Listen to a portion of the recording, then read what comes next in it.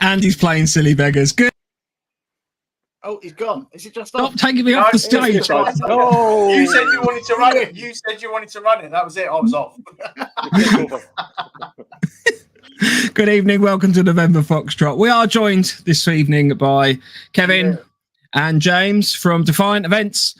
We're going to be chatting all about basically what Defiant's been up to since we've last had them on the show, what they're working on at the moment, and what they've got coming up in the future, which should be interesting. So if you have a question, or being very sweaty, well, if you've got a question for Defiant, either James, Kevin, or together, then please throw it in the chat. Well, throw a little Q at the beginning, and it just makes it easier for us to find as we're going through.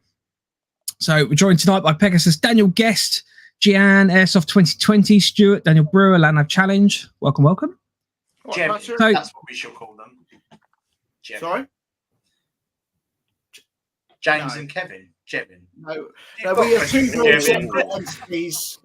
It's better than Kames, isn't it? So he won't come back on again. We'll be like, I'm not coming on again. Sorry, James. We won't let you back on. That's what's going to happen. How is everyone this week? Mike will give you admin privileges soon. What, more than the ones we have, you know? Yeah, I'll take Andy's away. I'm not trusted. If I get admin privileges, do I get a gold patch? Yes, you do. Yeah. Yeah, gold patches. Yeah. You can just take one of your normal ones, just spray it gold before. You wouldn't even spray it, you just get a Sharpie. To be fair, I used there's that ultra mirror paint that I tried colouring one of the patches in with, and it didn't work. I think it just slightly melted the patch a bit. So yeah, don't do that. How are you all this week? Very well, thank you. Very well, thank you. I'm just going to say your little Molly name badge was really good. It's orange. You could almost say it was a gold one. You could almost say it was gold. Yeah, but there's quite a lot of those, Kev. Don't get me wrong. I'm not trying to belittle those that got them. There's a lot. So I'm not special. All right, thank you. No, well, I made sure to give you one, didn't I? I brought one up for you. So we've got quite a lot of questions coming in already. But before we go into any particular pondering, let's jump into the news. I take my gun and I go pew pew pew pew. News. So this week we have seen very little news come in, to be honest with you. Oh no, there's been another week, we've got Supernova of the Week, which I was going to leave to you, Andy. Oh, I've got to bring it back. Well, basically, some knobber decided to shoot someone out of a moving vehicle with a BB gun. That's just ultra fucking shot. Please, boys and girls, don't be a knobber. Otherwise, you end up with one of these. Oh, that's cool. Is that a beer mat that says knobber? Yeah. Have you earned that yourself? No. This is part of the news. Daniel Brewer of Custom Clothing made myself, Mike, and Lance a NoFo knobber coaster. And I want to know how a beer mat is custom clothing, but fair enough. And I said I would give him a lovely shout out during the news. So thank you very much for that. That is, you can go away now. But no, thank you very much. I feel privileged that we have the Knobber of the Week stuff. Yeah, that's cool. Yeah, I don't know if you guys have any news, James, Kev. I mean, I might have done some research, but I completely forgot about, to be honest, this entire call until about an hour ago, wasn't it? Yeah, something like that. No, that's fine. Wasn't it? Yeah. The only news I've got this week is just to let everyone know that the closing for the Tactical Doodles competition is tonight. So if you want to get your stickers in for a chance to win, or your little sketch, sorry, for a chance to win some little Tactical Doodles bits and pieces, then please feel free to message Tactical Doodles on Instagram. That is at tactical, TACTICOOL_doodles. And that'll be closing the 26th of June at midnight. So get those in. Other than that, I don't think there's any real other news. Lance isn't here tonight. He's unfortunately got another work event, so he's got to go off and earn some money. That sounds really bad. He's basically at work. He's just doing what we all normally do. We have to earn money to live. He's working, unfortunately, so he will be back soon, hopefully. We'll miss him. There's not a lot of love for your mic, Andy, who's disappeared now completely. So there we go. That's the end of the news. Huh? I said Andy's mic is better than it was earlier. Yes, it was. When we started the show, Andy sounded like he was just kind of a deranged chipmunk for a little while. So that went well. He's now. I don't know if he's coming back. Yeah, I don't know if he's just disappeared. Right, well, let's call that the end of the news. Pew, pew, pew, pew. End of news. So we're obviously going to be chatting tonight to James and Kev from Defiant. So there's already a couple questions coming in, but before we kind of get into those, I want to hear more about the events that you've been doing over the last few months. So you've obviously had Raid 2024, which I had the privilege to be at. Had great fun with that. But I want to talk about the last couple of events you've been doing at Longmoor, because, like, let's be honest, it's Longmoor. Everyone loves Longmoor. How has that come about? How's that been going? So we've only Spill the beans. We've only done one. We only did one event at Longmoor. So yeah, what was that event like? I mean, do you want my honest opinion? Yeah, go for it. Well, I think the problem is with running events, there were elements of it that were absolutely amazing, right? And there will be people that were there that were like, best event ever, amazing, great. I felt like there were some elements of it that were a slight letdown. And I'm not going to wag my finger at anybody, but sometimes people come with the wrong intentions, or they come with the wrong mindset, and that's fine. And we try and lay everything out there and say, this is what the event is planned to be. But it's what it is. Overall, yeah, massively positive. I think we gave ourselves a hard task, to be fair, by running a role play event that was effectively civilian insurgency versus police and UKSF. So that's, I don't like to do things easy, and for an event plan, that style is particularly difficult. So I'm glad it's done. We learned a lot from it. Bear in mind that was the first time. I mean, we'd been to Longmoor countless times, but it was the first time running an event at Longmoor. But learned a lot. Some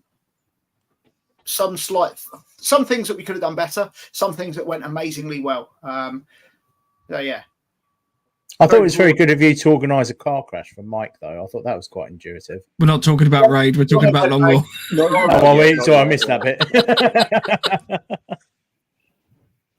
I think Longmoor for us, obviously, as James said, we've played there before. First time we've actually ran an event. We got a lot of things right, a lot of things we're really proud of, a lot of things we're really happy with. But as always, we put out our feedback forms, and people have given us pointers. And a couple of things we implemented straight away at Raid. We changed some rules at Raid straight away. And as we move on into future events, we're going to take feedback from players and adapt the rules and the gameplay moving forward, so that we can make an event at Longmoor work for everyone for an entire event in the future. So it was a learning curve. James said a lot we're proud of. We never sat in our laurels. We don't stand still. We take feedback. We take it. All feedback is positive, and we look to put on a better event next time. Not all feedback is positive. Somebody told me that. Somebody told us that I should be sacked, which. Interesting. I didn't read that one. I'm fired. I'm rehired. Oh well. I'm not even an employee. So that's how it works. But fair enough. Well, I appreciate the candor, because I didn't mean that to kind of go down a negative route quite so early in the show. That wasn't the point of that question. I think it's important for event organisers to be absolutely fucking honest, and rather than just say, oh, everything was fine, everything was dandy, come along to our next event, to actually say, well, hang on, there were some things that went particularly well. Either way, it was a good airsoft event, but there were some things that I think as Defiant we hold ourselves to an incredibly high standard, and I think it's important to reflect on every event, and the negatives are the most important bits. We actively ask for what could we do better, right? Now, some of those suggestions are maybe not feasible. Some of those suggestions are potentially out of our control, but what we can act on, we certainly do. So yeah, keep striving to do better. Get better. Yeah, fair enough. None of us could make it. How much of the site did you like? Do you get to use? Like, do you get to use the whole site, or is it limited at the moment? So the only thing you can't use at the moment, and we were hoping to change this up for the next event, but unfortunately, Landmark decided it's still a health and safety risk. So you can use the whole site, absolutely everything. We can get access to every single building on there for either accommodation, sleeping, whatever. Mm-hmm. The SF fob, as you might have known it, like the Northern Ireland style one. Yeah. That is being, it should have completed now, but that was being overhauled. So it was having construction work done on it. So that was basically a building site. So we had that locked down, right? And then there is a giant set of Russian style trench systems with underground bunkers and tunnels and all sorts of great stuff. Unfortunately, that was created for training purposes. However, the MOD, being the MOD, haven't actually completed their risk assessments and paperwork for the maintenance schedules and management of those structures. And so for that reason, we haven't yet had it ticked off that we can use it. So yeah, that's still going to be out of play for a while, which is a real shame. We wanted to be in there for Bailout because it would have been really cool. Bit of a one-off. But unfortunately, no. No matter how much I begged and got down on my knees and did what I was prepared to do, yeah. Out of interest, for those that know the kind of the long wall, where are the trenches on the map? Just they would be curiosity on the south side within the woodland, right towards one of the. Yeah, so it's about as far from the fob or from Fob Stone as you can imagine. Yeah. So they've put it right in the woodlands then, not on the edge. Yeah. They put it actually right in. All right. Mm-hmm. So right behind the train tracks, almost on the very periphery of the area that's normally been used for airsoft in the past. All right. A massive system, really smart system. Yeah. One day. So one question I had about Longmoor, because I know when you guys got Longmoor, I had a very excited call from James, who was giddy beyond belief. I'm pretty certain I had Kevin giggling in the background as well. Yeah, I know. What was it like? Because I know you were both very excited to kind of have the ability to run events there. So what was it like, kind of actively when you turn up? Because I know you do all your prep work in advance of people turning up as well. So you got there. Like, was that a big like, oh, this is amazing, or was there an element of, oh fuck, what have we done? Well, are you talking about the point at which we got it signed off from the MOD? Yeah. Right. So, yeah, it was. We've been doing this for a little while now, and because of COVID, because of backlogs in training in Ukraine, we weren't able to get onto MOD sites, and then it opened up for us to be able to do it, and it's one that I'd always wanted to get on, and I just felt, I mean, realistically, Defiant is the new kid on the block in terms of milsim and event management. I mean, maybe not so much anymore, but yeah, unlike some of our competition out there, we haven't been going 20, 25 years, right? I was just like, well, that was a goal, that was a target, and it was achieved. Okay, so I was able to tick that one off, or we were able to tick that one off, and it's yeah, to be honest, I think I turned into a little schoolgirl. I was very giddy and happy, and Yeah, very, very happy. How about you, Kev? Yeah, as James said, it's an awful lot of work behind the scenes. There's lots of communication with Landmark in different regions across the UK. You have to contact them individually. You've got to provide all your insurance details. Lots of conversations, lots of emails, all headed up by James. Many hours behind the scenes that no one ever sees or thinks of to actually get to that sort of point. And I say, obviously, we've got the events for this year. We'll talk about some of the other events planned to do later on this evening. But then the next thing James and I have got to do is get in, do the messages and emails and look at other mod sites to see what's possible for us for next year. So that's the next step of it. We've got a good reputation. We clean, we paid our bills, all the things that they would actually expect. So our next stage is then to sort of reach out to other regions, other areas, and seek the chance to run events on those other sites as well for people. That's the next step. It's exciting. Did you find with Longmore, because obviously, like, you guys have played it in the past with other companies, did you go in there going, well, I already know what I want to do? Ish. Like, did you go, right? I'm not. We went to an event a little while ago at Longmore, and Kevin and I literally used it as an opportunity to do a site recce and plan an event for 48 hours. So, there is quite a bit of jest in that. But yeah, we'd been there an awful lot, and But you know what? No, it's difficult to run an event at a new site. It is. And obviously, as you know, we've done that. We kind of do that pop-up shop, milsim event stuff. And it is very difficult to consider all of the challenges, both kind of topography and everything that goes along with it, as well as considering your customer base and how they will react to things. It's you'll never get it perfect. Yeah.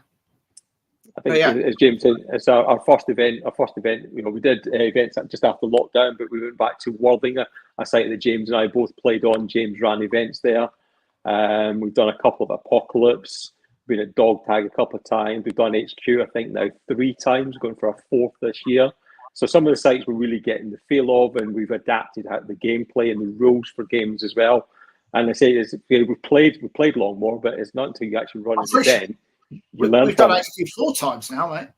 Yeah, it'll be 4 times. So we're getting to the point we actually know how sites work better, and our next event at Longmore is different in style to the last one, and we'll talk later on. We'll start thinking towards more of battles and 1-day events. We're planning that for Longmore as well. So we'll use Longmore differently, and adapt what we learn from each event to put into the next one, just to try and give people the best experience we can.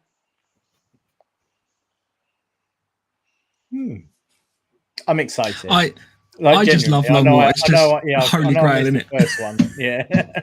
But I'll tell you what, there was a kind of a surreal moment for Kevin and I at Longmore. We've rocked up, got the keys, like literally big bundles of keys, unlocking everything at Longmore. And the range officer went, all right, see ya, bye. And it was just Kevin and I stood in the middle of Longmore like... Well, that George, a bit like George Bolton meme, isn't it? Yeah. Ooh, what can I do? It's like, what fuckery could we do? I can just picture, like, in the old the cartoons where they used to run from door to door. Like you two just got into the village and you're just like running into the buildings. I mean, we could have said, "Oh, sod's setting up for the event. We'll just play hide and seek for an hour." Yeah, yeah, 24 hours. Yeah.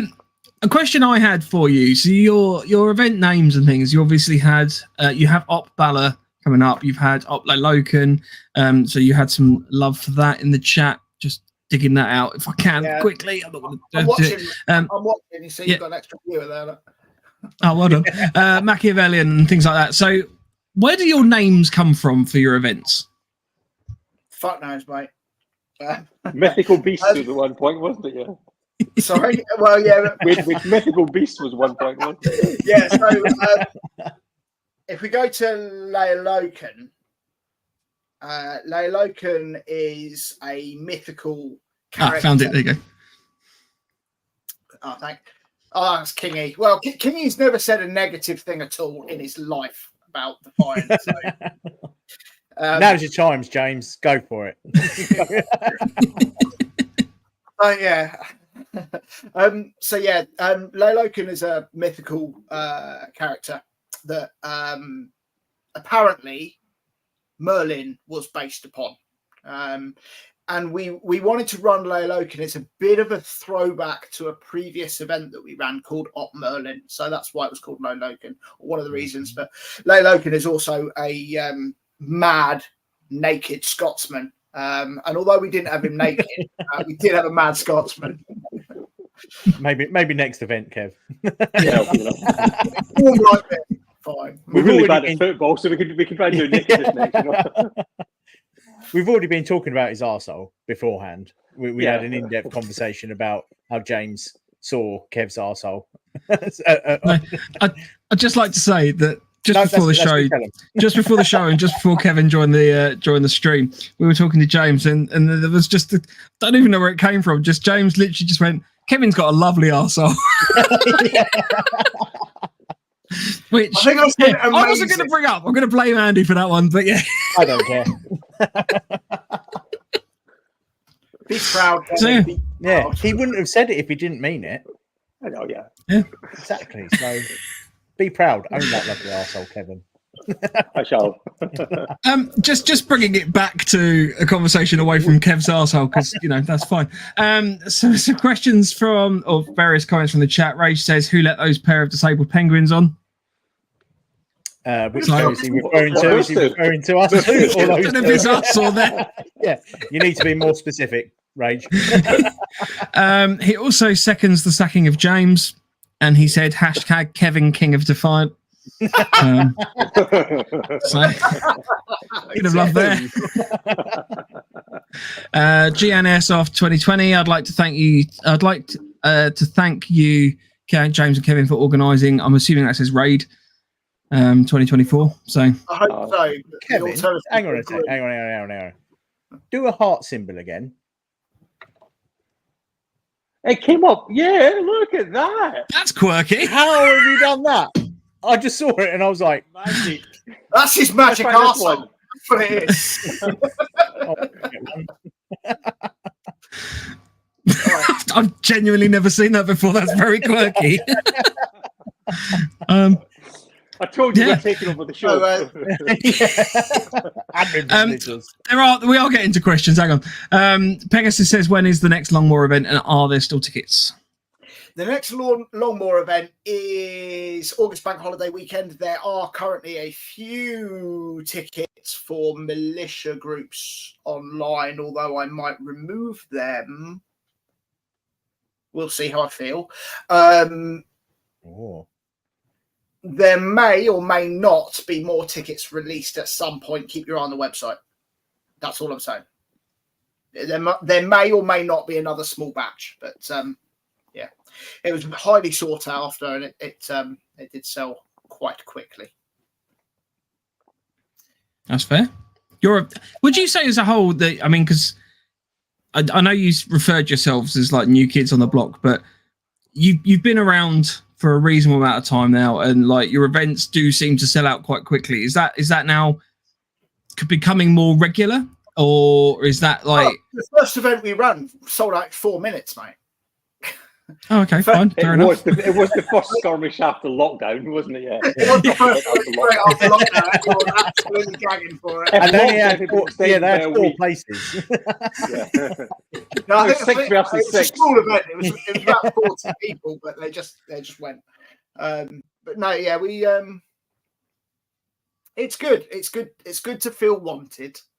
You know. No, I mean it's a real sign, in all honesty, that your events are well liked. I mean, I know that we like them, so we wouldn't, we're obviously speaking with some element of knowledge of your events and the like. And we pay you to like them and then invite us on here and say good things. I wish we got paid for reviews on this. It would make life so much easier. Has he been getting payment? Not that I'm aware of. I just get pictures of James' bum. Yeah. I think that was publicly shared, that one. Oh, I've still got it on the phone. I was going to delete it the other day, and I've decided to keep that one for special occasions. So. Yeah. Screensaver. Yeah. It pops up when he rings me now. Right. Well, whilst we were kind of loosely kind of talk about Raid from Jan's comment, tell us more about Raid, because I tried to give my interpretation of the Raid style of event. But I feel that you'll do a better job. No, I think your analogy was very good. I'd go back to why we created Raid. We were doing a lot of role play events that are typically slow burn. Role play goes on, scenario evolves, and then something kicks off a contact. Right? We were doing a lot of that, but we found that there were people that were potentially trying to create contact from the outset. Okay. And we just kind of realized that actually the battle sim scene seems to have died a little bit, to be fair.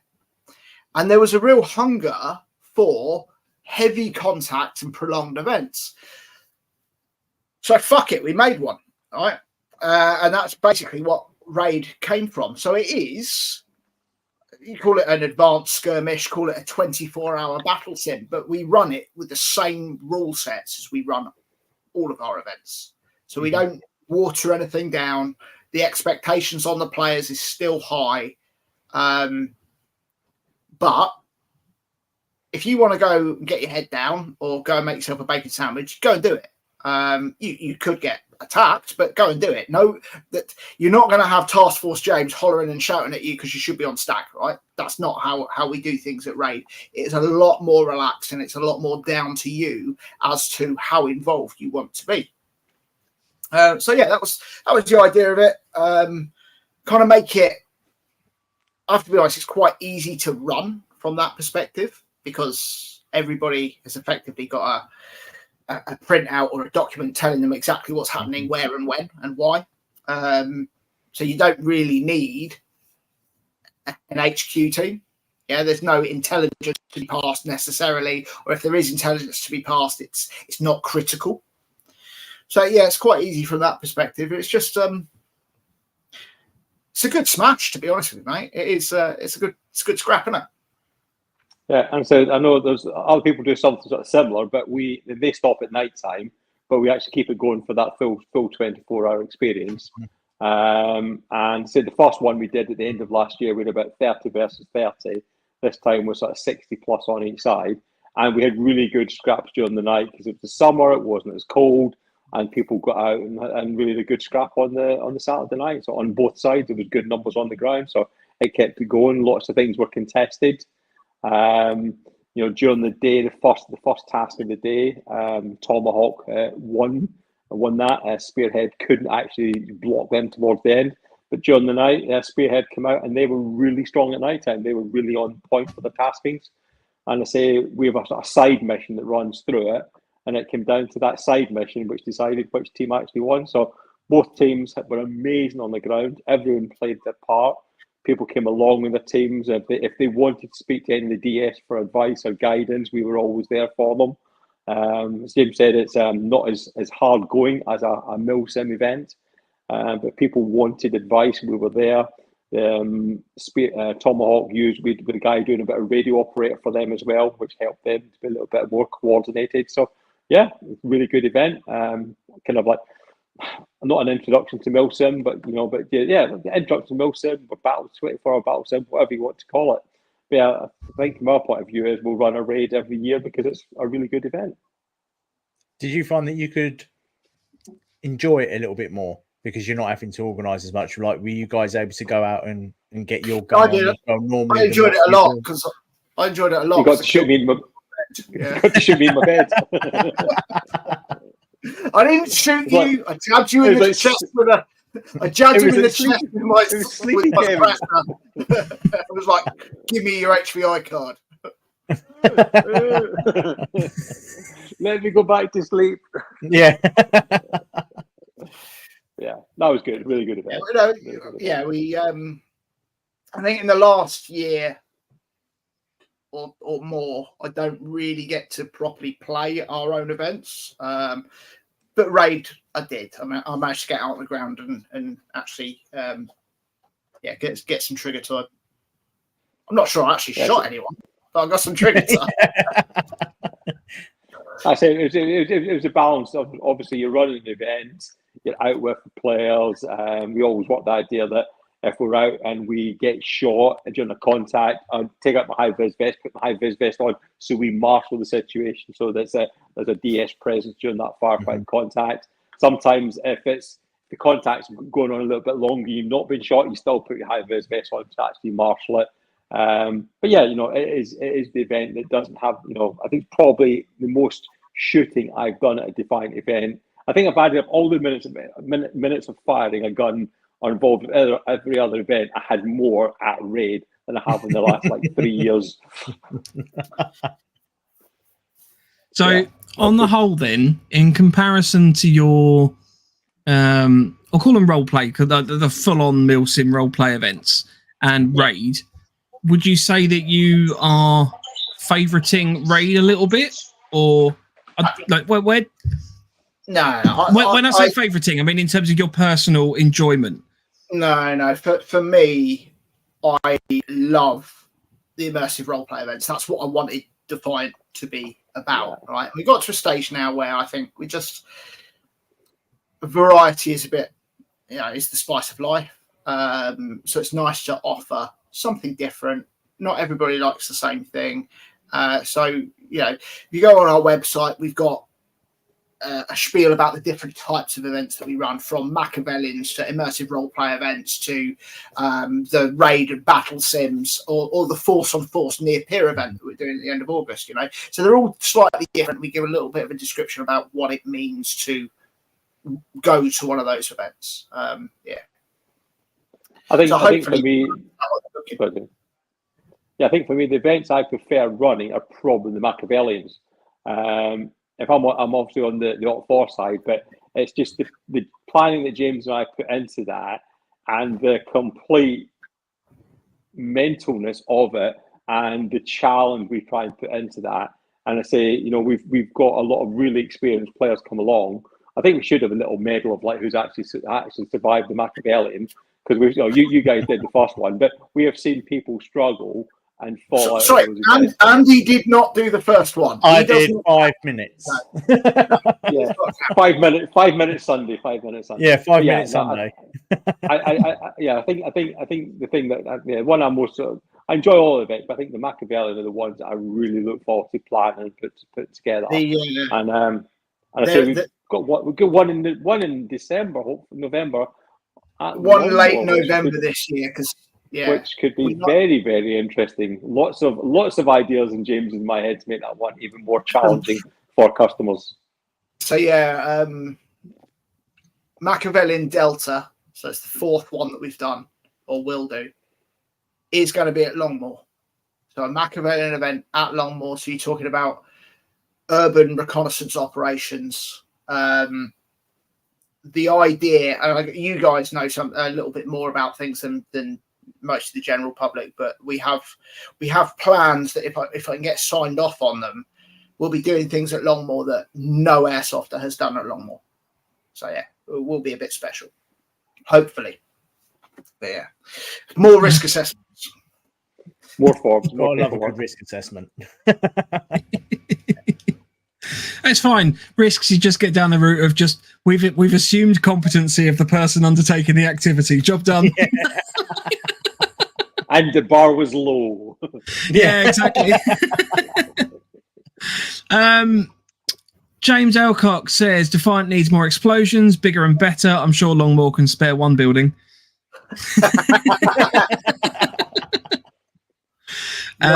Rich says there's no intelligence anyway.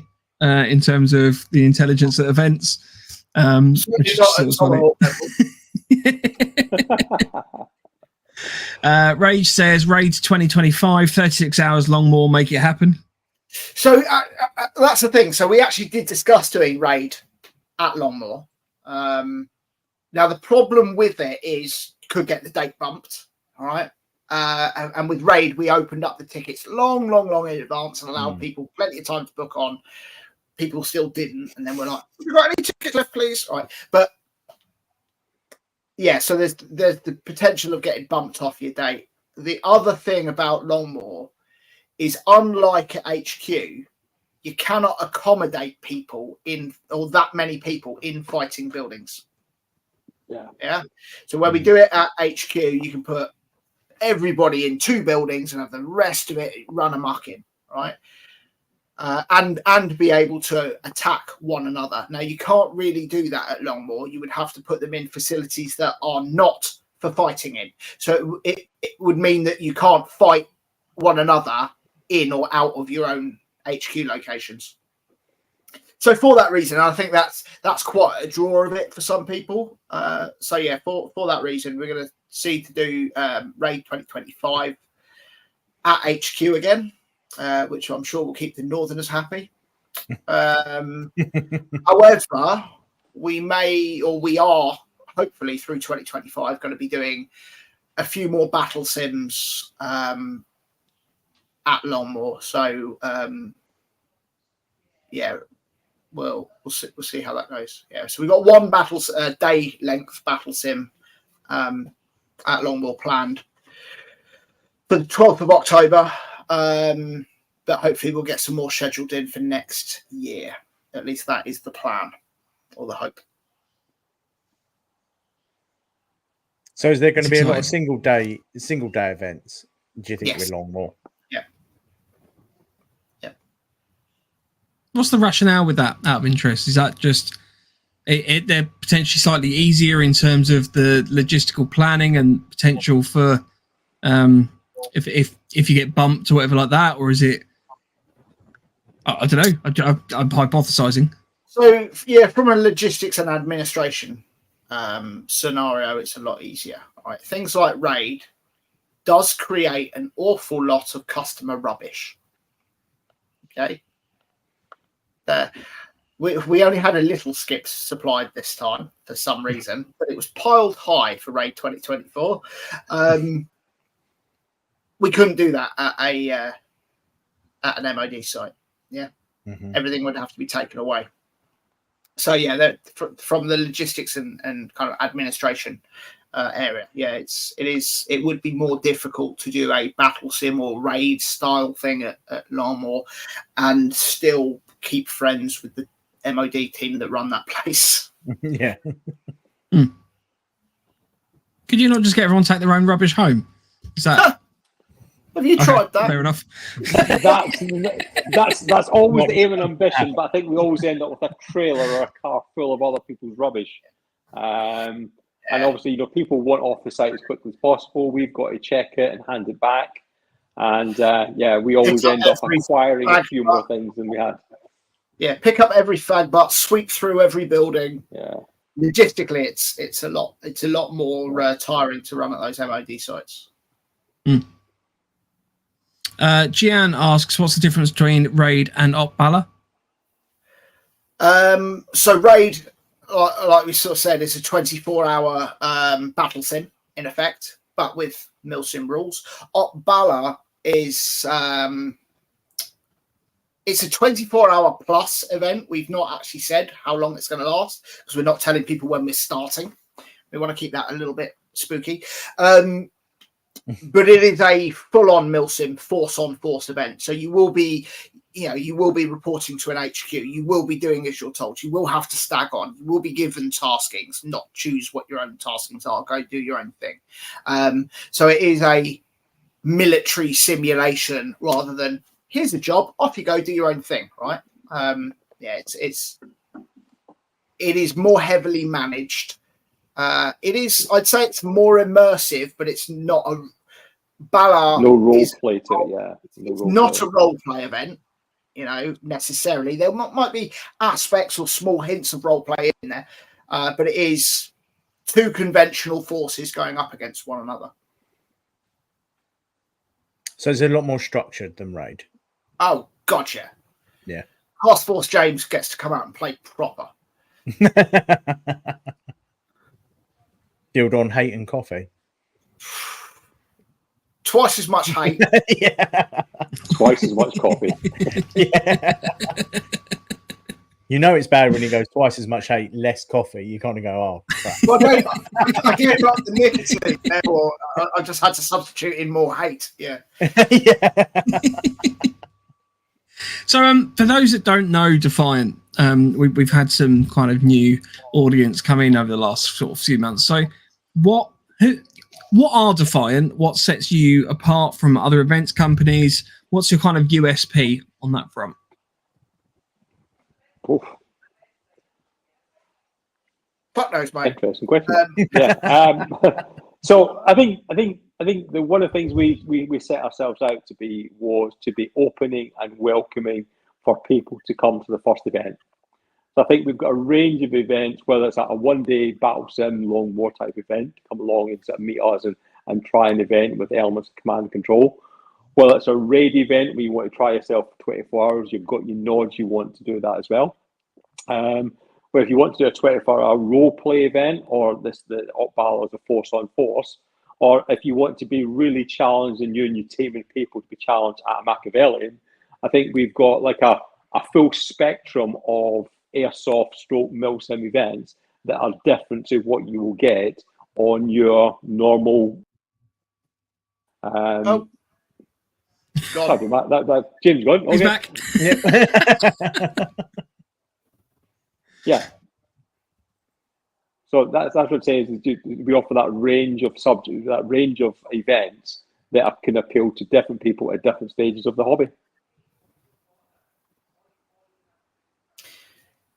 Yeah. I think back when we started things off, the milsim scene was, I hate the term toxic, but it was toxic. There was a lot of elitism going around. There was a lot of snobbery.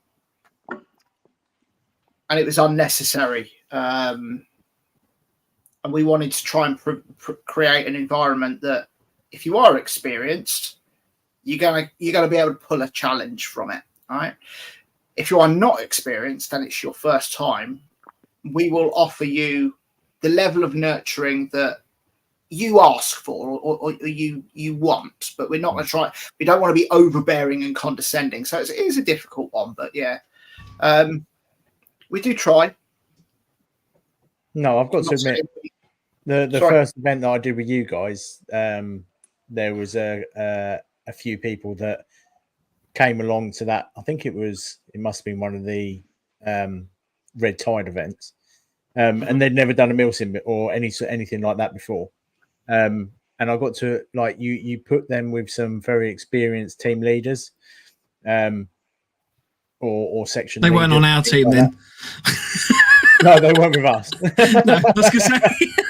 But they came back. They came back to me and said that was brilliant. Like, really felt like looked after. They weren't shunned upon for being new. Although I did take the piss out of one for bringing a purple sleeping bag, but bright purple. That's better than no sleeping bags that we had at some events, Yeah, sleeping or trousers apparently. Or trousers as well. Yeah. Well, that actually nicely leads on to a little question I did have, which is, so as an event organizer, you provide kit lists and everything like that, but ignoring the recent scenario where a gentleman forgot to bring certain bits of kit, what are you finding that is kind of like the most common stuff that people kind of forget to bring, or just struggle with? I would say it's the opposite. People bring too much. They bring every item of comfort, everything to fill every scenario that their little head can build, right? And to be honest with you, it's not necessary. If you can go to an event that's maybe a rural woodland style op and survive out of a set of belt kit and a Bergen, suddenly urban events are piss easy. You don't need the extra pelly case and this and that and all that extra stuff, you know. So yeah, I'd say people aren't necessarily underprepared. People make mistakes and forget a speed loader or what have you, and generally, you know, you beg, steal, and borrow. Not steal, but you beg or borrow from your mates, and you make things work. But yeah, people are always willing to help out those kind of minor things. But yeah, I'd say the opposite is true. People don't forget stuff as much as people bring the kitchen sink. Yeah, I've got to admit, I'm bad for that. If I go to an urban event, I'm like, ooh, I can bring the cooler box and all of this, and I rock up and set up home away from home, and then you think you're sitting there halfway through the game and go, I haven't even gone to bed yet. Like, why have I bought all this extra stuff? There's no need. But I do. I don't know what it is. I go, ooh, I've got a roof and 4 walls. Yeah, having said that, the electric kettle in the Tock at Longmoor. Yeah. How about you, James? Sorry, Kevin.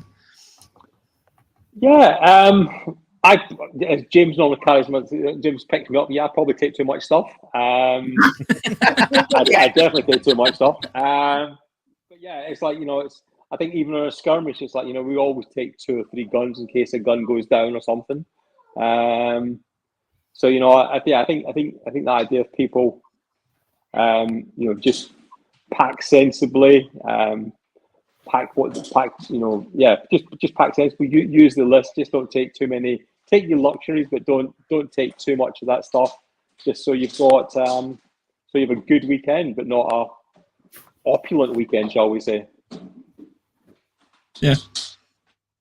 Do you guys ever forget to bring anything? Because I mean, I know we do. Like, I do it all the time. Yeah. Even with my list. I can't say that in the last few years have I frozen?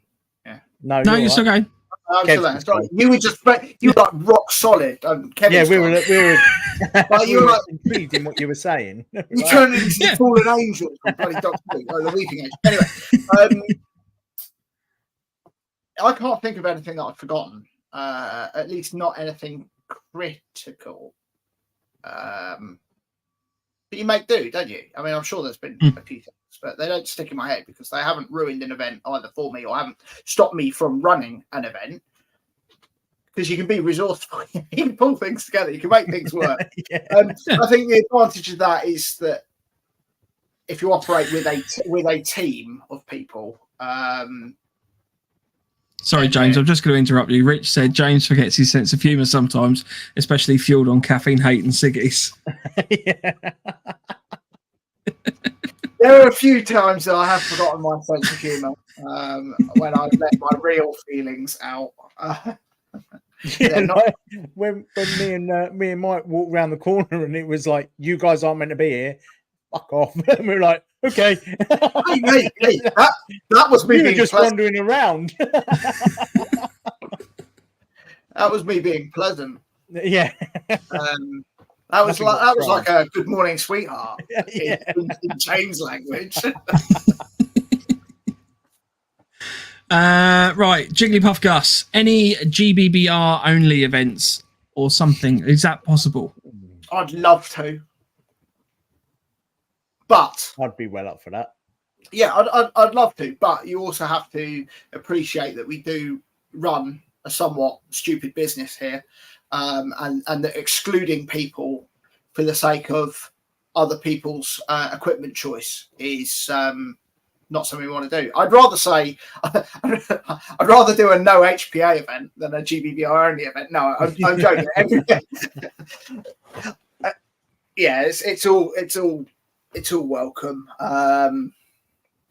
Yeah, if you choose to use a GBBR, then that just makes you a god amongst men. Be happy with that, all right? I'm going to record that, and that is going to be my ringtone for you now, James. I've got your picture. You are a god amongst men. Thank you. The picture of James's bum appearing in the picture. Sorted. So mixed reaction to that one. Pega says GBBR only event, take my money. Rage says GBBR only smacks of elitism.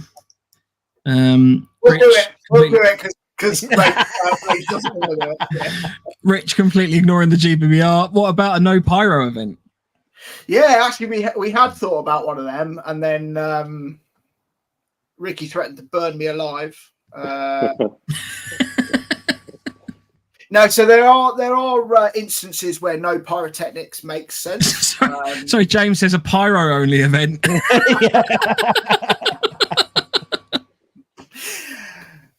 Yeah, there are instances where we have played or done events or objectives where you go, hang on, we can't use pyrotechnics, and you go, why? Well,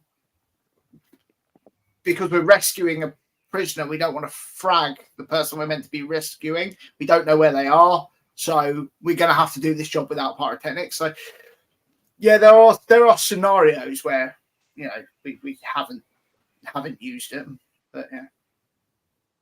We all like things that go bang. That's the problem. Your events were some of the first to use the nighttime pyro. Is that correct? Our events were the first because we came up with the concept. Yeah. Yeah. So what? Explain what the nighttime pyro are. Oh, so the nighttime pyro. So we were playing at airsoft sites around the country that are near to residential areas, and that's why you see pyro bands come in. The big one, well, the main reason we came up with the idea was actually running at Camp Sparta. I don't know if you guys went there, but Camp Sparta had a rule that you couldn't use any pyro outside of the buildings because the neighbours kept complaining. So that was nothing. Even during the day, you couldn't use anything. Yeah. So we were like, well, what if we could make flashbangs but just went flash and had a puff of smoke, so you know it was near you, but you're not putting out a big bang, right? And so we talked to Ricky at Bulk Pyro Supply, who then talked to Trent of Flashbang Smoke, and we came up with the concept, and we tested them with we got the first test batches, and yeah, they fucking work. They are a little bit spicy. They're great for blowing holes through bashers, which we don't advocate. Yeah, they throw quite a lot of magnesium spark.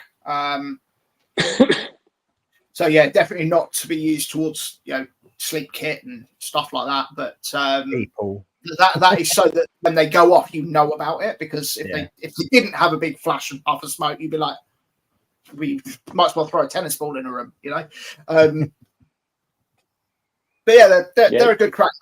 They overcome a non-permissive scenario. Yeah, they come out about 72 decibels compared to 105, 110 for normal Mark 5. So significantly less noise signature. That's we've been able to use them and not have any complaints, any problems. So, see a problem, adapt it, and overcome. Yeah, I mean, having witnessed these, they are quite effective, especially for the night ops and things like that, where you kind of you're running around in buildings, because you're right, like the bang ultimately at night doesn't really play too much a part of it, whereas the flash obviously has a much bigger impact in terms of your night vision and things as well. So it's quite fun seeing it in a building, and you can see the whole lot like you could be outside. You could be outside, and you can see them moving along the building because it's just a flash, flash, flash, flash, flash, like that. Hey, one of the best. Me and a mate did a skirmish day down at South Coast CQB, and it was dark, and I was my mate was using a GBBR and I was using an AEG because I was stupid back then. But he had failed to prepare and run out of ammunition, but my back panel was absolutely full of nighttime pyro. And what he did was the people we were contacting were too far away for a bit of a pyro throw. They were out in the open. Well, we weren't in a building, but so he was putting the pyro somewhat between ourselves and the target individual, right? And what would happen is a grenade would land somewhere in the middle, and they'd stand there to watch it go bang, because everybody loves something that goes bang, right? And we'd shield our eyes. It would go flash, and then they'd be like, can't see nothing, and then they would get shot. Right? So yeah, that was good. That was good fun. Yeah, so that almost links into what Pegasus has written. Where he said, what about instead of pyro used to clear rooms, pyro is treated more like a sun brigade and still clear a room. Yeah, I've seen that used in the past. Not something I particularly like, but you could use if we ran an event at a location where you can use pyro that goes bang the whole time through. We could use nighttime pyro as stun grenades. Yeah. So if you're going in because you've got a person of interest in there that you want to capture, you're not going to necessarily frag it and blow that guy into mince, right? But you could put a stun in there and then round the corner, you know. But yeah, it's a point. Something you could probably work it into a Machiavelli and use it as a stun effect when you've got role players to act stunned and to give the customers and players that immersive experience of a flashbang going in. People are stunned whenever I walk into a room anyway, Kevin. You are stunned. You are stunning, James. That is true. That's it. I'm going to get a photo on all my nighttime pyro of James's face then. Just throw it in. I was just wondering if you could have a chat with Ricky and that and be like, you know, have a nighttime multi-bang or multi-flash. Might be quite quirky. Ooh, the multi-flasher. The streaker. Oh, the serial flasher. Yeah.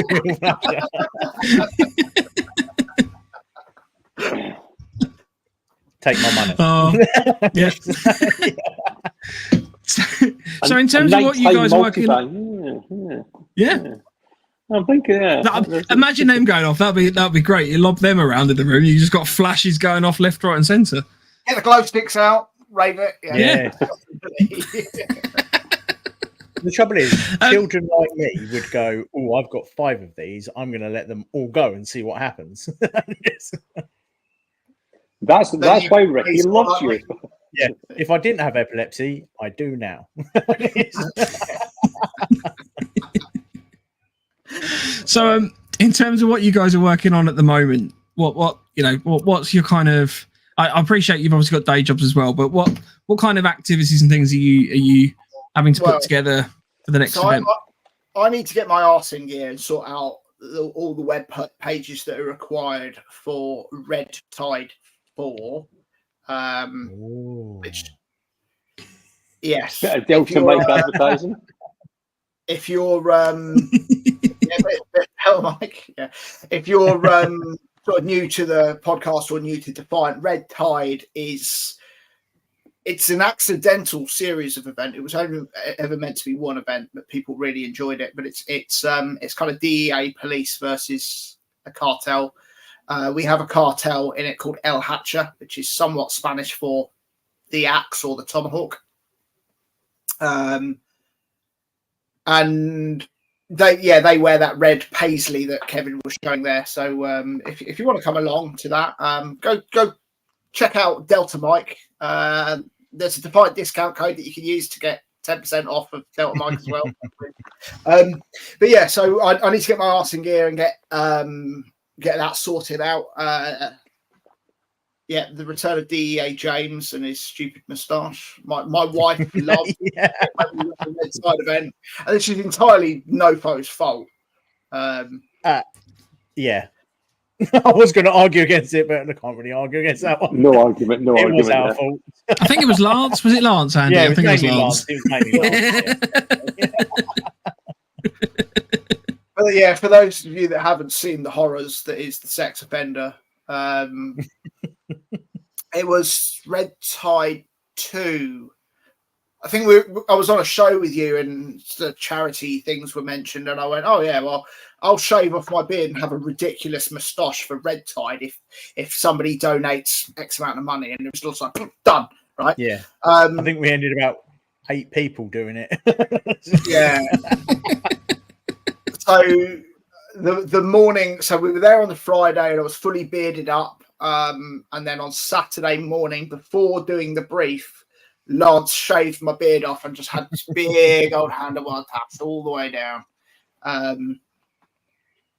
It was a look.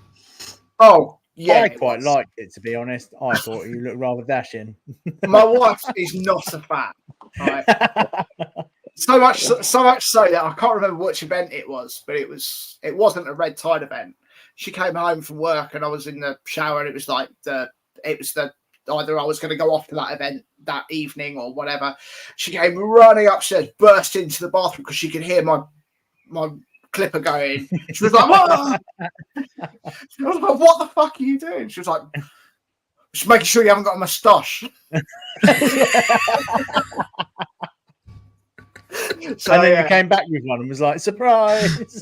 But yeah, so the moustache wearing character that is DEA James is a bit of a will be returning because I'm quite fond of that character now, but we'll see what happens to him in future.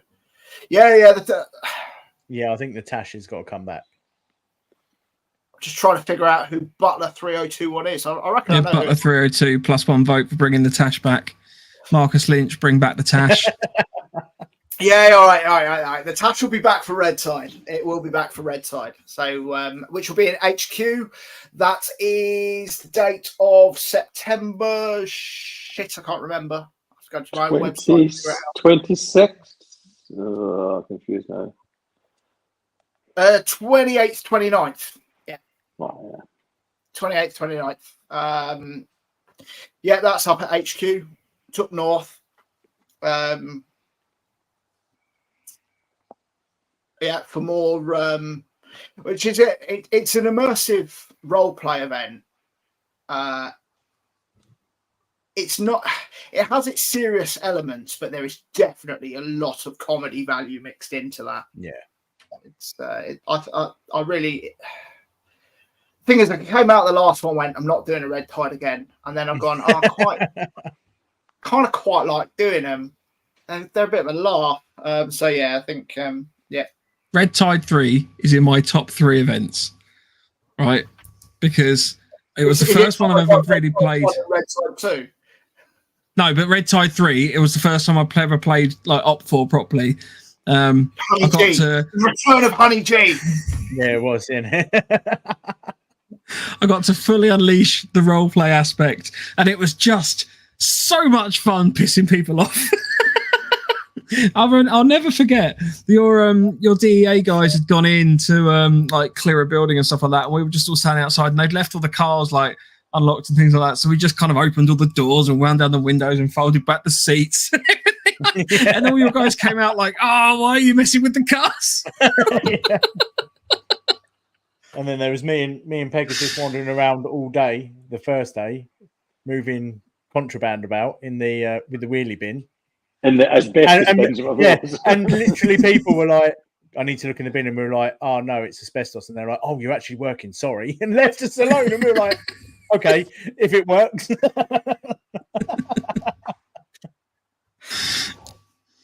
Yeah, Pegasus says the asbestos cleaners need to make a return. As long as no one's watching the program tonight, you know. Yeah, I don't think it'll ever work again. I think as soon as they see us walking around in IVs, it'll just be like, "Right, shoot them." Let's get them done. Have you got Tom coming back to run like a police element type thing? Because I think I've scarred him a little bit as well. I have spoken to him about it. I haven't had a solid answer back. I might have to get on my knees again. Seeing as he took me down at Index, didn't he? I was going to say, how is DEA James returning? Because DEA James was well, you weren't so healthy when I last saw you. What you mean? I was arrested. You were taken out, weren't you? Yeah, you were. I was arrested, thrown on my face, pepper sprayed, thrown in the back of a police car. Yeah. Well, you'll have to come along and find out. Yeah. Now, once we get James is going to be like a secret dirty cop that's joined the cartel or something like that. That'd be great.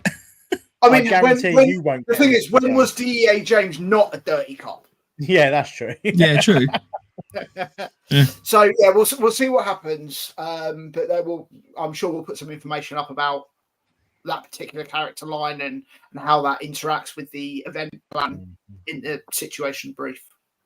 Will Mike and myself be arrested again? Is that the question?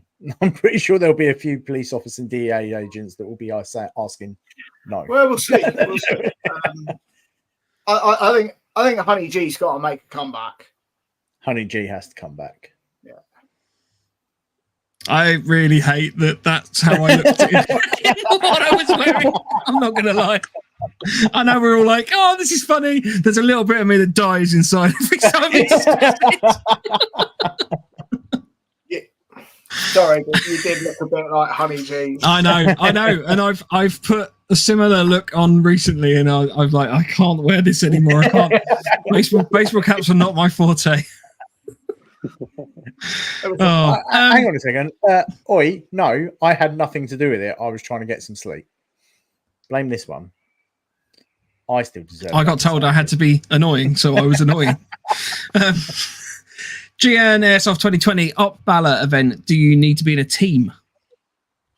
No, so obviously, if you're joining as a team, then when you book, you're able to put a reference in to say, I am team, Sparta or team Exodus, whatever, and then we group all those individuals that have that same reference together. If you don't have a team, you can still book in. That's absolutely fine, and we will put you in a section. Okay. So yeah, we end up with mixed sections. There are some mixed sections that we've put together that form the best of friends, and some of them are actually now proper cohesive and extremely effective teams. So yeah, don't worry about that. We'll sort your way. They'll look after you. Like genuinely. Oh, I'm not saying that. I'm not saying that because they're on there. They will put you with people that have got experience. No, which goes back to what I said earlier on. It's like, we bring everyone together, and you can come yourself, but you will put with people. And you saw that at Red Tide. We did the first event at Dog Tag, and some people there have now come back and they now play as part of regular teams since then. So people have stuck with us. They've come for that first event, been looked after, and then are now joined teams and come back with those teams. So yeah, it's all good. It's all about making friends at the end of the day. Oh, that's it. Yeah, and at the same time, if you're in a team, but there's only like 6 of you, and you've got supposed to have a section of 10, so you've got an extra 4 people that have been bolted on. Be inclusive, invite them in. Keep them included, make them feel like part of the section, not a bolt on, on the side of things. And I think that has really helped with Milsim over the last few years get out of that elite as fuck mindset, which was to me was ruining the pastime. Yeah, we're all massive man children or women children at the end of the day. Doesn't matter. I try very hard to be. Yeah. Yeah. I don't need to try. That's the worrying thing. It just happens naturally. Just clearing some of the questions in the chat. Rich says, "Where does this word competence come from?" Just missing the prefix. Yeah. I learnt the word. I'm going to use it. Ray says, "Get all of Brecon and do an op mac there." Oh Christ! Yeah. The thing is, I don't want to have to carry dead airsofters off of Brecon. Right, Machiavellian is fucking hard enough as it is. Okay, get all of Brecon. Machiavellian. get all of Brecon and then do a raid there. There you go. That's again. Better. And have you spent any time on Brecon? Yeah. There will be a lot of death. Yeah. You'd have to put trackers on everyone, wouldn't you? Just to know where they are. Apple trackers in everyone's pocket, yeah. No, Stephen says hiding miles away. Like, that's not working. Stephen says hiding in boggy ditches amongst dead sheep, fun times. Yeah. I mean, each their own, I suppose, but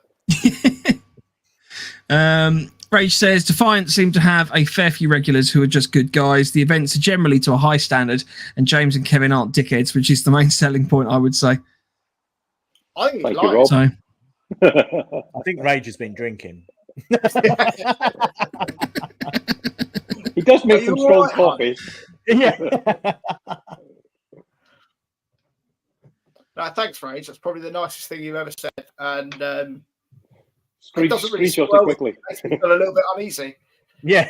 The nicest thing. Well, to be ever. fair, rather than a positive, he says you aren't dickheads. So it's not. It's like Yeah. negging, isn't it? Like, yeah, you're not. Yeah. He could have said aren't complete dickheads. Yeah. Marcus Lynch, opt for mortar teams for the win. Yeah, opt for mortar teams at Leyloken were devastating. Want to expand on that, James? Yeah. I'm waiting for more. I was just like, oh. I mean, no. Okay. That's it. I mean, what more do you want to say? They bombed the absolute fuck out of Task Force. What, in their fob or just generally everywhere they we went? had guys in the cop. We had guys dug around positions. When things started getting a bit spicy, there was a big protest and the mortars started going. I had guys on the ground trying to pinpoint the direction of the mortars' location so that we could carry out direct action on them. Couldn't get anywhere near them. They were dropping unearthly accurate fire. Like, that's not how airsoft mortars are supposed to work. It's supposed to be over there somewhere, No, these were accurate, damn accurate. Yeah, it was Like airsoft timers at this point, I think it was the biggest hard on I had at Leyloken. It was just after that that petition had gone through and it had gone a bit spicy, and people were throwing pyro, or the OPFOR were throwing pyro, were firebombing, the mortars were going, and there was 4 of us sat in the TOC, radio arrays, man packs and things, absolutely screaming, different call signs calling in where they are, what's going on, that they need help, right? And we're trying to organise movement. We got 2 guys on radios, 1 person on a map trying to figure something out, and a whiteboard going in where people are, where people are moving, and just trying to see it through. It was pretty. I wasn't in the field. I had the kettle on, but it was hardcore for the lot of us sitting there just listening to the screaming coming down the radio. But that makes I think my internet's. No, you're good. No, sorry, catching up. That's cool. Anthony Airsoft on the packaging multi-flasher has to be a bloke in a rain mat. Yeah. I'm gonna talk to Ricky about it later. Yeah, the serial flasher. I think it's a great shout. Yeah. I think it'd be a cool idea. I think that'd be something quite popular. Yeah, we'll see if it's doable. Yeah. Jigglypuff Gus, mustache versus shaved. Depends where. Just saying, you need to be more specific. I mean, why would you? I mean, shaved? No. Oh. Kev, you're right.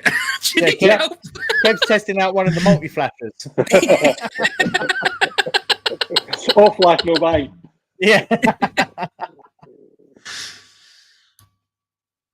We're not answering that question.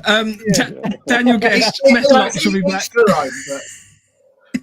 Will Metalops be back for Popo? Dan, aren't you a member of Metalops? No, I think he's saying Metalops will be back for Popo 2024. Will be back. Oh, that's a statement, right? Okay. Yeah. Okay, great. He also said, "Is the Tash staying? You look very distinguished now. You've moved on." I haven't moved yet. I'm still in my old house, but I have been trying something out with the whole facial hair because I always feel that everybody takes the piss. So I thought I'd give it a go. I genuinely think a Tash would suit you. Shave this bit. Not convinced by it yet. But. Shave this bit. Keep the Tash. Stick with the Tash. So yeah, I think it'd suit you. Don't listen to people. Just grow it. Right? Give yourself. Yeah, but I'm worried. I'm genuinely worried. I'm just going to have something there. Just just you this want- weird like Octopus, an underbeard. octopus. Yeah, it's spidery if you want thing. to do a proper beard, don't shave for a year, but don't listen to people in that time. Mhm. Yeah, and just see. And after a year, if you go, oh, it suits me or it doesn't, great. Yeah, Thanks, Rage. do it your own way.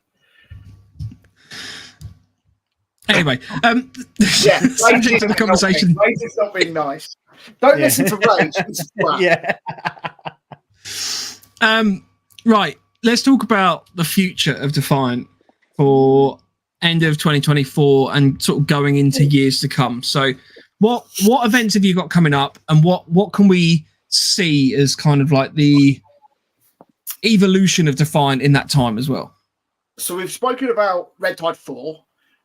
Not too long after that, we have our single day battle sim event down at Longmoor. Okay.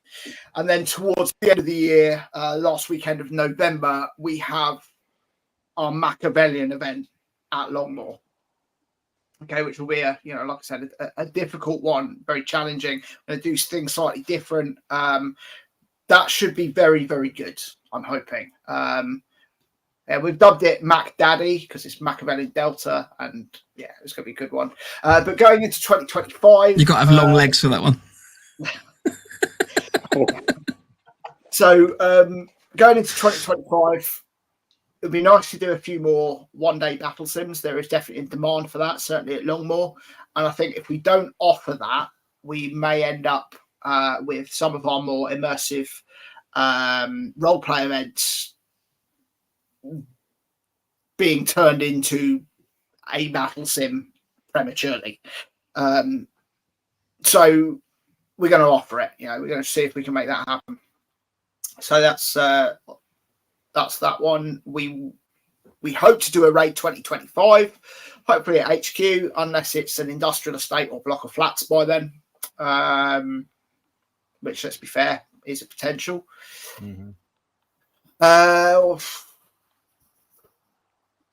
Kevin, what else are we doing next year?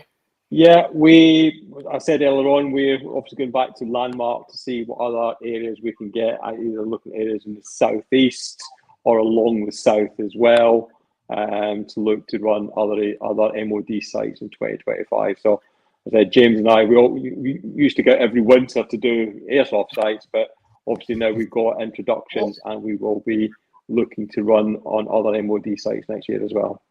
I want Woodland. I want Woodland. As much as it's nice to play urban, and to be fair, that's what players seem to prefer, is to go to urban and do, fighting in a built-up area and all that sort of stuff. I just love a good woodland, rural op, as long as you've got enough space. We're not talking about 20 acres. We're talking about 100 or hundreds of acres. It's been a little while since we've done a proper woodland-based event, with the exclusion of Macmillians. Yeah, I'd like to get back to the woods, take all the comfort away. That's where proper airsoft lives. Do you think there is a love for doing urban events because there's obviously a lot of rural woodland skirmish sites? I think everybody likes to assault a building. Everybody likes to defend a building. It is more of a three-dimensional environment because you can be contacted from high, it's... But personally, I just like the challenges of woodland. The environmental challenges, I think with woodland though, to run a big milsim type event, like you said, you need the land. Whereas with fighting in an urban environment, you don't need as much. You could get away with doing a decent milsim with, say, 6 or 7 buildings in a small area. Whereas in a woodland, you almost need to double, maybe triple that size of play area. So there's more movement. Yeah, you've got to be able to patrol rather than tight to a building, nip down an alleyway. I agree with you. you do need the space. I need the space to maneuver around one another. But, is there a specific site that you would love to do an event at that you just haven't had the opportunity to yet? Yeah, Otterburn. If you don't know, that's on the Scottish border, and it's huge and relentless and evil. No, too close to Kevin's homeland for me. How about you, Kevin? A lot. Andy mentioned other sites as well. Obviously, it's down to that sort of limitation. I think something more that people have very rarely been on, bit more rural woodland would be ideal. Obviously, a couple of people use like Senny Bridge, Gangster City are running an event on our that place up near Swinnerton. Different people are using different bits of land that's available. So there's just obviously a case of like reaching out, seeing what we can get. I say HQ is a fantastic site. It's a long way away, but probably I think now after the number of events we've done, I think we get events there right, or we get them more right. Obviously, we've said do Longmore again. Got two different. We've got three. We've done 4 events in Longmore this year, and all 4 will be different style events. So we'll reflect on that as well and see what's the best way to use it for any dates we're given for next year. But we need to mix it up because you don't want it to become stale. You don't want it to become staid. The fighting area is actually quite small on there, and it's quite regular. So that's got restrictions to it of how you can actually do it. You don't want your civilians having a nice easy time in the village and role playing and getting a gun and shooting out a window and going back to the beds. You want to try and mix it up a little bit to challenge them and to give the task force or whoever's attacking the village an equal chance in there as well. So it's just sites that we can run an event that we think will be fair for both sides, and everyone comes along and has a good experience.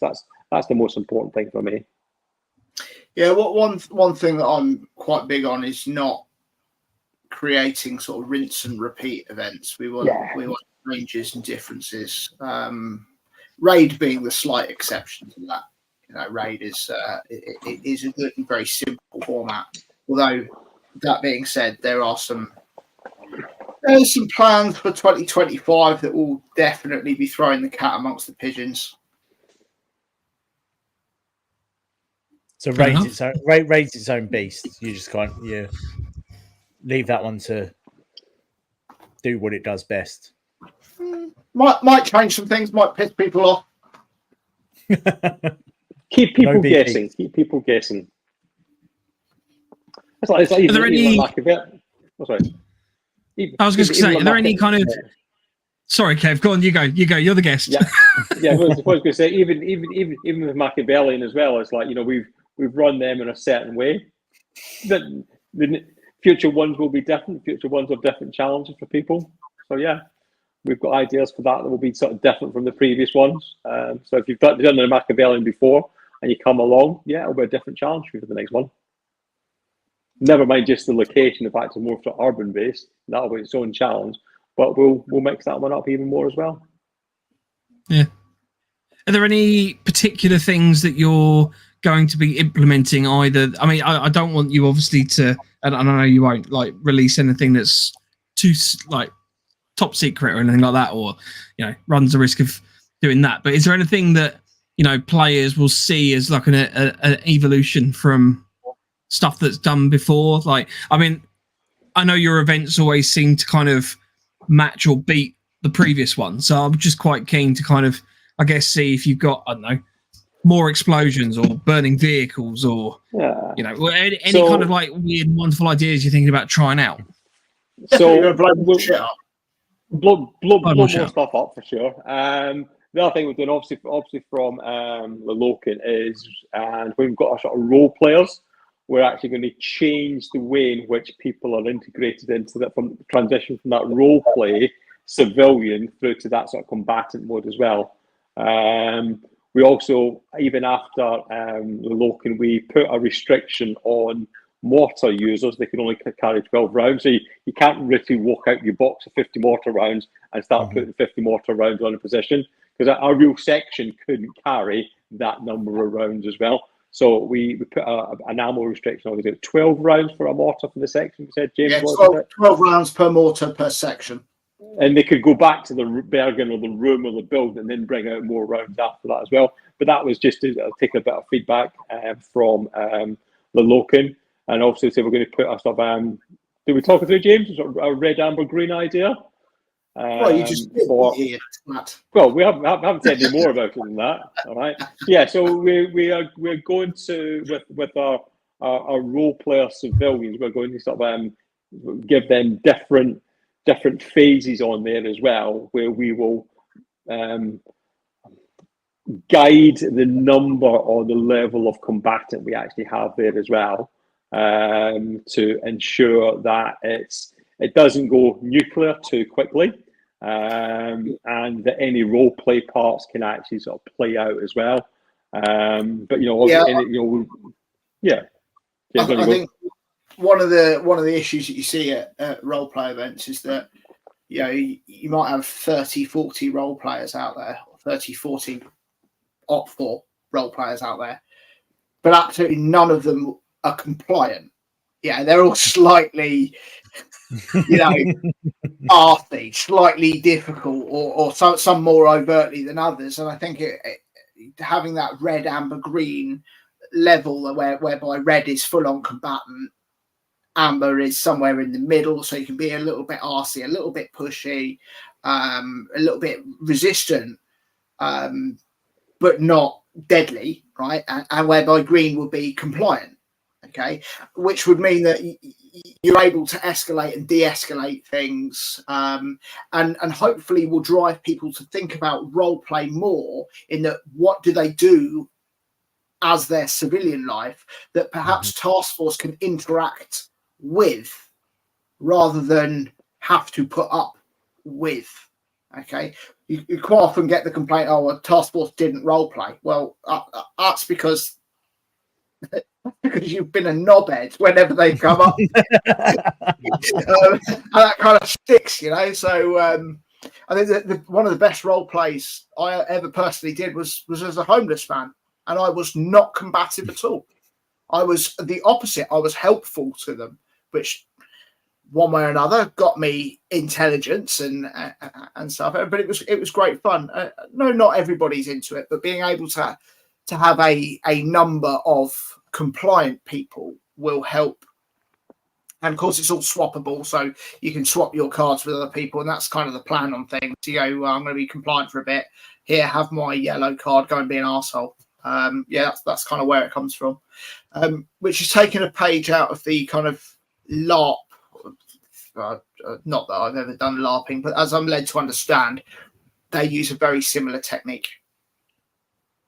That's a cool idea. Yeah, kind of fantasy LARP, which is effectively what we do. Fantasy LARP with airsoft guns. Because obviously, when we did the Locan, we've obviously got a police. They want to see that level of role play from civilians. So my idea was, if you sort of just stop all kind of hippie types who would be very sort of passive. You'd have your kind of firebomb throwing anarchists, and then your complete sort of like terrorists with like DPM smocks and black hoodie, black balaclavas running around as terrorists. But everyone kind of went from, I've got my my Kagul and my M4, but it was a little bit. It just all happened too quickly, and we just want to give a little more element of believability, compliance with it. If we run a police event again as well, the police at the local. Which we are effectively Red Tide is. So Red Tide. We'll implement some of this at Red Tide so that the DA can actually do a policing element and actually be in that case. So, realistically, how many people walk down the street and the police tell you to stop and you just walk past them? You don't do that if there's police. So we need to build in the idea that I'm on a green card. The policeman tells me to stop. I'm going to stop. All right, I'm on amber, I'm going to push towards, they're going to push me back, then I'll stop. Red, I'm going to run through them sort of idea, because I am kind of like major run maniac sort of idea. But not everyone is running at the police at this point. It's more controlled. So that's the sort of idea.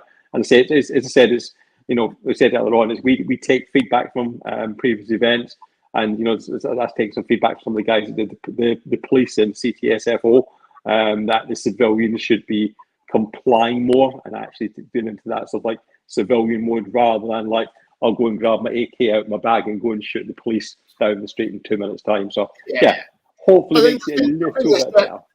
There's definitely a balance there. I think some of those individuals would have liked it if all of the OP4 were just completely compliant civilians, apart from maybe one guy to go and do a raid and kick his teeth in, which is, you know, not the way we envisaged the event to go anyway. But yeah, there's some, like Kevin said, there's some controls we're going to put in to hopefully advance the level of role play amongst OP4, militia, that kind of nasty side. I quite like it.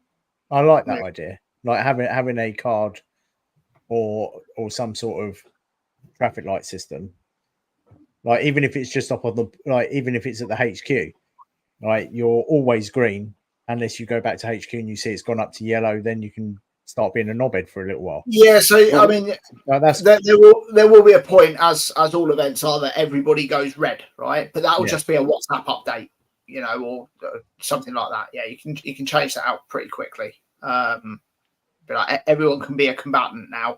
Fuck task force, right? Something along those lines. Almost become like bikini states on MOD bases, isn't it? You know, bikini state green, everyone's really nice, and then you could done that idea. But yeah, so yeah, the idea there'll always be, say for instance, a red tide event, there'll always be people out with guns dealing and doing stuff on the ground. So if the DA come across that will result in a contact. But there'll be a limited number of people with guns. Site wide, team wide, you know, it should be localized. Yeah, it's not going to have the whole thing kick off that everyone's running at guns at the DA, or if it starts off a police force going out and they've only got like sidearms and they come across something, they're coming across maybe 3 or 4 guys, maybe just with pistols or a gas shotgun. It's not going to be 4 guys with stoners or something, you know, coming up against 4 police of ideas. So it's just to sort of bring a little element of the gameplay into it and the storyline and the role play coming through. Which is good. I mean, I know that role play isn't necessary for everybody, but sometimes you don't actually have to say anything. Like, just being quiet and like letting other people, like if you're op for whatever task force wanting to get information out of you, you just don't say anything, and just like, you can be compliant. You don't have to be an arse about it. Just I need a lawyer. There you go. Yeah. I know nothing. I think James might need a lawyer at this event as well. You know, the way things are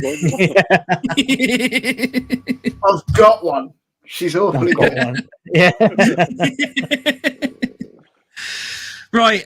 We've probably got time for one more question. If anybody wants to throw anything in the chat, I'll just pick James's out as well. Will there be an Op Irene 2? I would love to do an Irene 2. The biggest, it would just be Irene, let's be fair. Irene again. Yeah, I'd love to. The biggest problem with it is that we have to have a fleet of vehicles for running convoys, insurgents, extractions, and resupply. That's the biggest challenge, is getting a fleet of vehicles to turn up to do that kind of thing. I say it's like, if I was to do it again, I would like to do it now. I'd like to do it literally on the real sort of timeline. You know, say we did the 20th anniversary of it just last year. I'd love to do it on the real sort of timeline of like 3 o'clock in the afternoon, and it's actually getting dark at 6 and whatever else. I'd like to try and do it that way, because say as we did it, it was role players playing Op4 for that one, but we could try and do that almost wouldn't be to the minute of the real story, but to try and do it more that way would be really interesting to do. But as James says, you need what, 6-8 vehicles, 6 vehicles minimum possibly to run the idea of like to replicate helicopters and a convoy. Yeah, you've got to get the entirety of task force loaded onto vehicles. Yeah. At some point, Yeah. No one wants to do a Mog Mile on the way in, do they? Let's be fair. Not with my knees, not with my knees, yeah. Irene would be ideal to do again as well, but it's going to be site and, as James says, vehicle specific. Dank Airsoft. Yeah, Dank Airsoft have asked, Op Balor will be my first meal sim. Are there any non-obvious tips? Listen, try and absorb all the information you can. Don't take yourself too seriously. Don't put too much stress on yourself. Talk to your teammates, the guys that are in your section. If you're task force, you'd have already had your ORBAT. If you're Op 4, I might get it out tomorrow. We'll see what happens. But yeah, talk to your teams. Ask for support where you need it. Try and fit in. Be an asset. Reach out to any of the DS beforehand as well.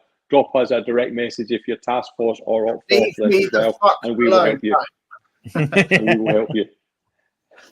And we also have a very good James episode directly. on how to conduct yourself at your first meal sim. Good, yeah. Which is somewhere on the YouTubes. Yeah, I don't know what episode that is. Yeah, but genuinely, like, talk to people. It would be my one. Like, don't go there and sit in the corner and just do your taskings or shy away. Like, get involved. At the end of the day, you're there to have fun. You've paid these guys to give you an experience. Let them give you that experience. That sounds a bit weird, but you know what I mean. Like, and the thing is, the four of us always went. We've also all been our first milk sim, our first fight for our event as well. So long time ago, maybe in my case, but we remember, and you need that support from people and taking that advice, and you will come back again and again and again. Enjoy it. Yeah. And take some Haribo. Everyone loves a bit of Haribo. Yeah. Share the Haribo out. You will be one of the best guys there. Other than James. And it's sugar-free. Good boots, good sleeping bag, plenty of water. Yeah. Crocs. One of the bits of advice one of the bits of advice that has stuck with me recently was from a JBG training event, and it was the CQB element, where they said, whenever you're doing CQB as a team, you should always be looking for a job. So if you're standing in a corner not doing anything, then you're not participating in the team. And it's an interesting kind of phrase that's kind of stuck with me when doing anything airsoft related now. So it's not like just for CQB stuff. It's like if you're sitting around and you want to be doing something, and you've been told that you're up instead of like downtime or whatever. But even on downtime, get your kit squared away. Make sure you got your water sorted out. If you've got some food inside you, you should always be kind of like, if you're going to have a kip. Like, don't prat about, like, and just get tired and just because it will drain you. But at the same time, there is a scale of importance. When you've got downtime to sort out, that's your weapon, your kit, yourself. That's the order that you do stuff. Reload your mags. Make sure that your weapon is ready to go. Then sort your kit out. Fill your water bottles. Replen whatever you need to replen. If your radio hasn't been working, go and speak to go get into the top, get that sorted out, and then worry about yourself. Feed yourself, water yourself, get your rest in, whatever that needs to be. Yeah.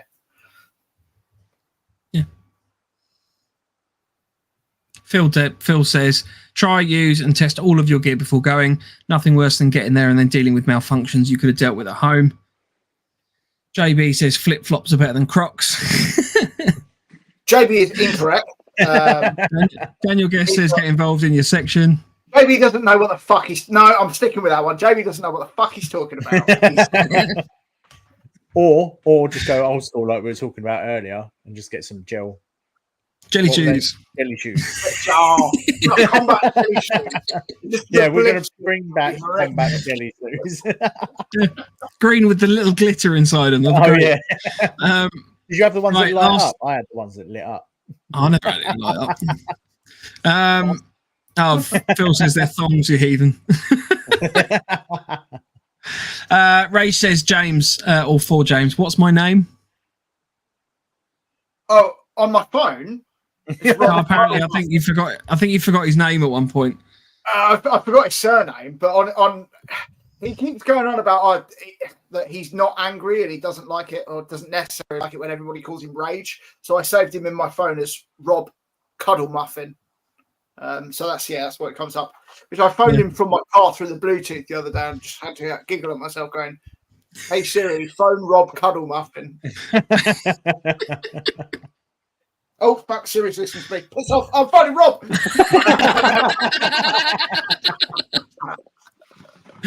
Right, guys, thank you ever so much for coming on. It's always a pleasure. Rug Crocs are just posh jelly shoes, according to Rose. It's that Milsim elitism again, isn't it? Yeah. Anyway, yeah, thanks for coming on. It's genuinely always a laugh to have you guys on. Yeah. Thanks for having us. It had been too long. We definitely needed a little bit of a catch up between the boar and the fox, or whatever mutant babies Andy came up with as the. That was weird, wasn't it? No, I'm not going into that. That was horrible. If you want to get in touch with Defiant, you can obviously chat to them via Instagram. They're obviously on the website as well. I think I have got your website still saved. Instagram is at Defiant_events. I don't have your website here already. What's your website again? Google it. Just put Defiant Events. Google it. Yeah. And as soon as you click on our website, as soon as you click on our website, it gives you the opportunity to chat directly, and it feeds straight into both mine and Kevin's phone. And then you'll get untold numbers of confusion as both Kevin and I try and answer at the same time. What is that on live chat? Yeah. Nice. I'll be doing that at 3:00 in the morning. Block, delete. Some of my work colleagues figured it out. Some of my work colleagues figured that out the other week, and it was really annoying. So yeah, defiantevents.co.uk. Go and hit them up if you are interested in any of their events. We highly recommend them. Andy and I have both been patrons of various events that they've done across the years. I'd say we're the best. Let's be fair, we are the best. I think so. If you want to get in touch with the show, you can do so on our email at nofochat@hotmail.com. Our Instagram is at November_NoFo. I've got that completely wrong. It's thrown me. Start again. Our email is nofochat@hotmail.com. Our Instagram is November_Foxtrot_NoFo, and the website's novemberfoxtrot.co.uk. Please don't forget the Tactical Doodles sketch competition that closes tonight. Next week, we are going to have Krios Airsoft Photography on the show. They will be joining us Wednesday at 8:00. So if you would like to get any questions to them in advance, then feel free to do so. You can message us either on the ones below or our own individual Instagrams of at 9volt Airsoft, at @_quartermaster, or at the punished_1_. There we go. I'm getting better at that. It's just if I'm thrown, I lose my. I like the way you look up. I like the way you always look up when it's literally. I've got it written on the roof. That's why. I was going to say it's scrolling along the bottom, mate. Yeah, no, it's up there. I've just got it all lined in. That's a selling point to the house. Right, we usually have our closing words. So, James, Kev, which one of you would like to do our closing words? That guy. Kev, you pointed the wrong way. On my phone, yeah. It's well confusing. Those two. So thank you very much for this evening, for the questions. As always, thank you for Mike, Andy, thank you for your support. If you haven't been to one of our events, please come along. As I said earlier on, we will look after you. We'll do our best to look after you. We've got that range of different type events, and basically it's a hobby we all have. It's something we'll enjoy, and we want to try and give you just something a little bit different and make some happy memories and just have a good laugh with a like-minded bunch of people. Enjoy. Thank you. Nicely said. Perfect. Sorry, I hit the wrong button. We'll say goodbye. We'll see you next week. I got too excited. Say goodbye, guys. Bye, guys. Bye. Bye. See you later. Stay NoFo. Ciao, bear.